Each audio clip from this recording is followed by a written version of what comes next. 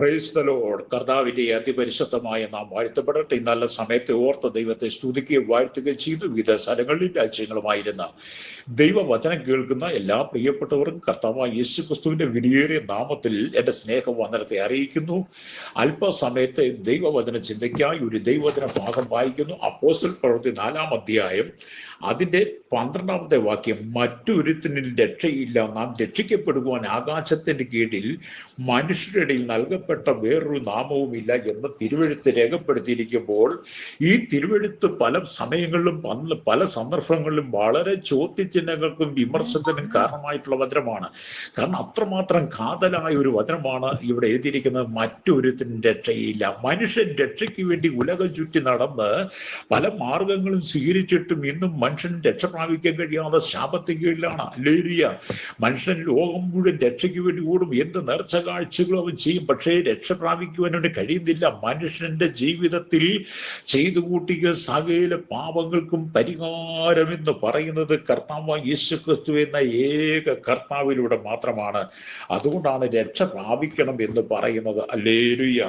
നാം തീർച്ചയായും അവന്റെ ക്രൂശ് മരണത്തിൽ വിശ്വസിക്കുകയും അവൻ ക്രൂശിൽ നമുക്ക് വേണ്ടി ചൊരിയപ്പെട്ട രക്തത്താൽ നമ്മുടെ പാപത്തിന്റെ കറകളെ നീക്കിക്കളഞ്ഞ് നാം വിശുദ്ധിയുടെ ആത്മാവ് സംബന്ധിച്ച് പുതുക്കം പ്രാപിച്ച് കർത്താവായ യേശുവിനെ സ്വന്തം രക്ഷിതാവും പിതാവുമായി സ്വീകരിക്കുമ്പോൾ നമുക്ക് വിശുദ്ധ ജീവിതം നയിക്കാൻ കഴിയും. നമുക്ക് ആ രക്ഷയുടെ അനുഭവം പ്രാപിക്കാൻ കഴിയും. ഹല്ലേലൂയ. അല്ലാതെ മനുഷ്യൻ കുറെ പണം ചെലവഴിച്ചത് കൊണ്ടോ കുറെ ദാനധർമ്മങ്ങൾ ചെയ്തത് കൊണ്ടോ ഒന്നും മനുഷ്യൻ രക്ഷ ലഭിക്കത്തില്ല. ഹല്ലേലൂയ. അപ്പൊ രക്ഷിക്കപ്പെടുവാൻ ആകാശത്തിന്റെ കീഴിൽ മനുഷ്യന് നൽകപ്പെട്ട ഒറ്റ നാമം, അത് യേശുക്രിസ്തുവിന്റെ നാമം മാത്രമാണ്. യേശുക്രിസ്തു മാത്രമാണ് നമ്മുടെ ഏക രക്ഷകൻ എന്നാണ് വിശുദ്ധ തിരുവെഴുത്ത് പഠിപ്പിക്കുന്നത്. ഹല്ലേലൂയ.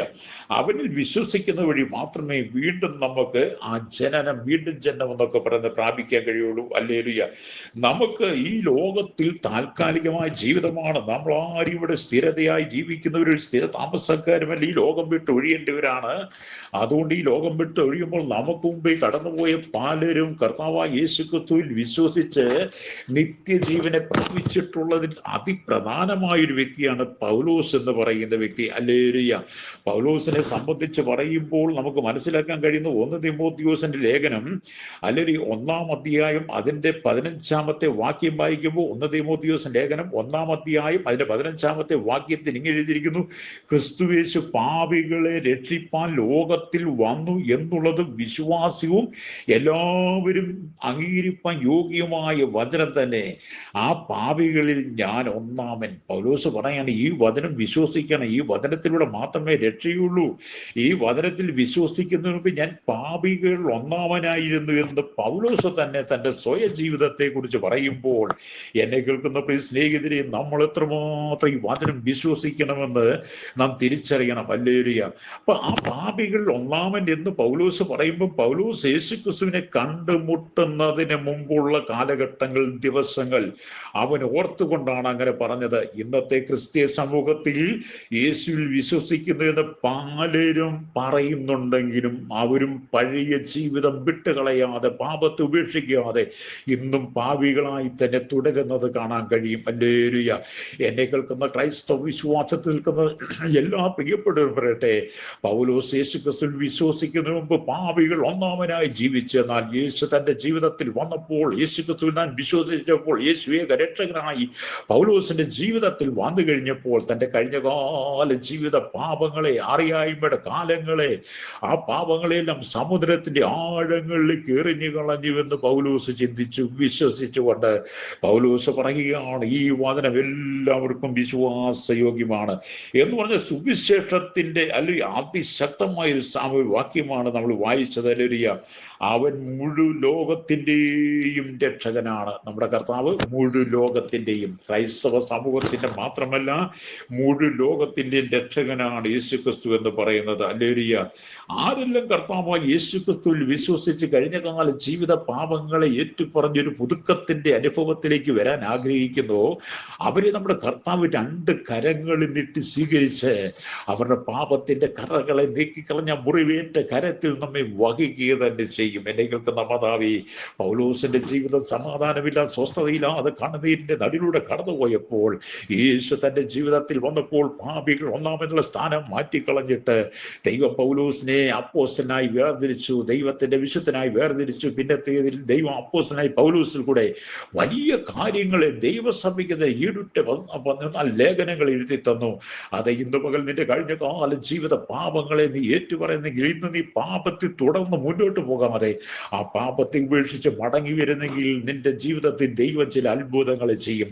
നീ അനുഭവിക്കുന്ന കഷ്ടങ്ങൾ, വേദനകൾ, ദുഃഖങ്ങൾ, സങ്കടങ്ങൾ, കണ്ണുനീരുകൾ, നിന്റെ കുടുംബത്തിന്റെ ശാപങ്ങൾ, രോഗങ്ങളെയൊക്കെ മാറ്റി നിനക്ക് ഒരിക്കലും ഉയരുവാൻ കഴിയില്ല എന്ന സ്ഥാനത്ത് നീ ചിന്തിച്ച സ്ഥാനത്ത് ലോകം നീ ഒരിക്കലും ഉയരുകയില്ലെന്ന് പറഞ്ഞപ്പോൾ നിനക്കിനി മുന്നോട്ട് ഗതിയില്ല, നിനക്ക് മുന്നോട്ടൊരു ഭാവിയില്ല, നീ നശിച്ചു പോയി എന്ന് ലോകം വിധി എഴുതിയ സ്ഥാനത്ത് നിന്ന് പൗലോസിനെ ഉയർത്തിയതുപോലെ ദൈവം നിന്നെ ഉയർത്താൻ ആഗ്രഹിക്കുക. ഇന്ന് പകലിനെ കേൾക്കുന്ന മാതാവേ, പിതാവേ, നീ ക്രിസ്തുവിനെ അറിഞ്ഞിട്ടും നിന്റെ കഴിഞ്ഞകാല പാപങ്ങളെ നീ ഉപേക്ഷിക്കാതെ നടക്കുന്നത് കൊണ്ടാണ് നിനക്ക് ജീവിതത്തിൽ ഉയരുവാൻ കഴിയാത്തത്, സമാധാനമില്ലാത്ത, സന്തോഷമില്ലാതെ. അതുകൊണ്ട് ഇന്ന് പകൽ നല്ലൊരു നിന്റെ ജീവിതത്തിനകത്തൊരു മാറ്റം വരുന്നതെങ്കിൽ കർത്താവ് നിന്നോട് കരുണ കാണിക്കുക തന്നെ ചെയ്യും. അപ്പം പൗലോസ് പറയാണ്, ഞാൻ യേശുവിൽ വിശ്വസിക്കുന്ന മുമ്പ് പാപിയായിരുന്നു, അല്ലെങ്കിൽ ആ പാപത്തിനെ പരിഹാരം വരുത്തി. അതെ, നിങ്ങൾ കർത്താവിൽ വിശ്വസിക്കുന്നതിന് മുമ്പ് നിങ്ങൾ പാപിയാണെന്ന് നിങ്ങൾ വിശ്വസിക്കണം. അതുകൊണ്ട് നിങ്ങളുടെ പാപത്തിന് പരിഹാരം വരുത്തുവാൻ യേശുക്രിസ്തു എന്ന ഏക രക്ഷകനിലൂടെ മാത്രമേ കഴിയുള്ളൂ.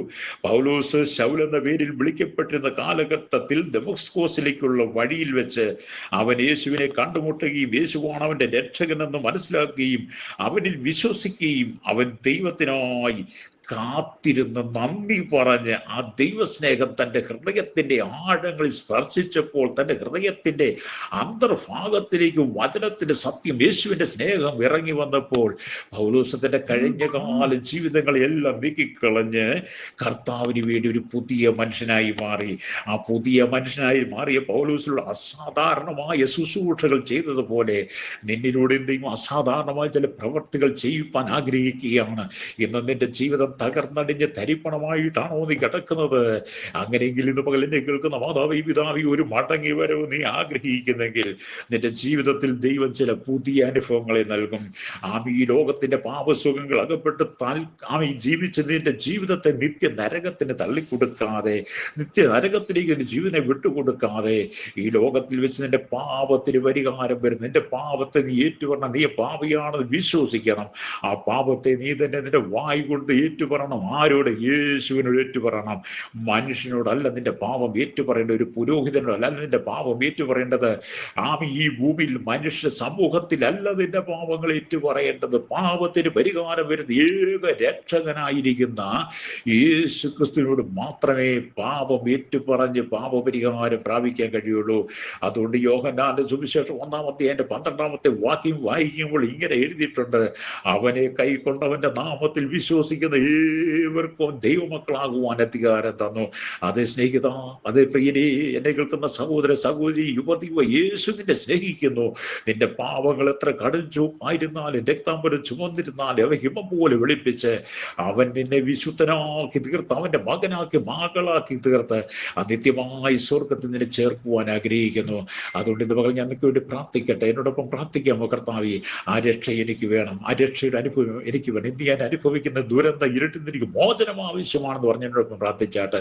പരിശുദ്ധ ഞങ്ങളുടെ നല്ല ദൈവമേ, സ്വർഗ്ഗ പിതാവേ, ഈ വചനം കേട്ടുകൊണ്ട് സകല ജനത്തെയും അവിടുത്തെ കരങ്ങളിൽ ഏൽപ്പിക്കുന്ന പാപത്തിന് പരിഹാരം വരുത്തി ശുദ്ധീകരണം പറഞ്ഞു പൗലോസ് തന്റെ ജീവിതത്തിൽ യേശുക്രിസ്തുവിന് വേണ്ടി ഹൃദയം വിട്ടുകൊടുത്തതുപോലെ ഈ ജനത്തിന്റെ ഹൃദയങ്ങളെ ദൈവത്തിൽ വിട്ടുകൊടുക്കുവാൻ യേശുവിന്റെ കരങ്ങളിൽ ഏൽപ്പിക്കുന്ന സകലത്തിന്റെ പേരും ദൈവനീതി വെളിപ്പെടണമേ. സകല മഹത്വം എടുക്കണം കർത്താവേ. എല്ലാ അന്ധകാരങ്ങളും ദുരാത്മാവിന്റെ ശക്തികളും മാറി ഞാൻ ശുദ്ധീകരിക്കപ്പെടട്ടെ. യേശുവിന്റെ നാമത്തിൽ തന്നെ ആമേൻ.